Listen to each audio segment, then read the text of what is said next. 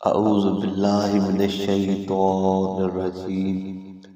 بسم اللہ الرحمن الرحیم۔ مسیح علیہ السلام ہرگز اللہ کا بندہ ہونے میں عار محسوس نہیں کرے گا، اور نہ ہی مقرب فرشتے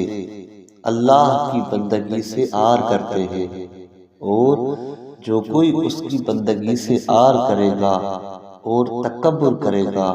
تو پھر اللہ تعالیٰ عنقریب ان سب کو اپنے پاس جمع کرے گا۔ پھر باقی رہے وہ لوگ جو ایمان لائے اور جنہوں نے اچھے کام کیے تو ان کو اللہ ان کا اجر اور ثواب پورا دے گا اور ان کو اپنے فضل سے بڑا کر دے گا۔ اور باقی رہے وہ لوگ جنہوں نے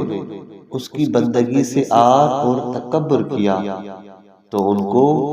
دردناک عذاب دے گا، اور وہ اپنے لیے اللہ کے مقابلے میں کسی کو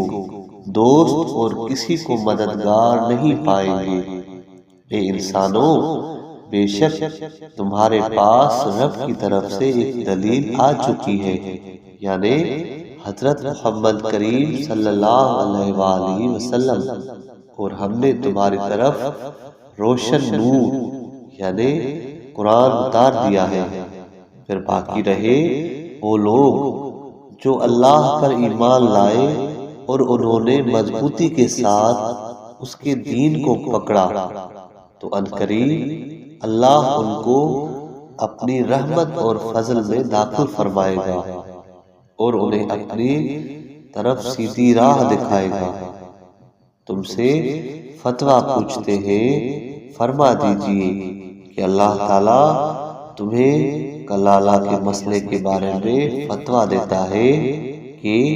اگر کوئی شخص مر جائے اور اس کی کوئی اولاد نہ ہو اور اس کی وارث ایک بہن ہو تو اس کے چھوڑے ہوئے مال میں سے اس کے لیے آدھا مال ہے، اور وہ بھائی اس بہن کا وارث ہوگا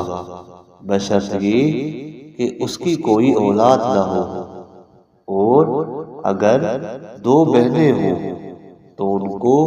اس کے چھوڑے ہوئے مال میں سے 2/3 مال ملے گا، اور اگر وارث بھائی اور بہنیں ہوں تو پھر ایک مرد کے لیے 2 عورتوں جتنا حصہ ہے۔ اللہ تمہارے لیے اپنا حکم روشن کرتا ہے تاکہ تم گمراہ نہ ہو جاؤ،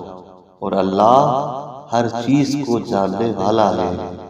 صدق اللہ العلی العظیم۔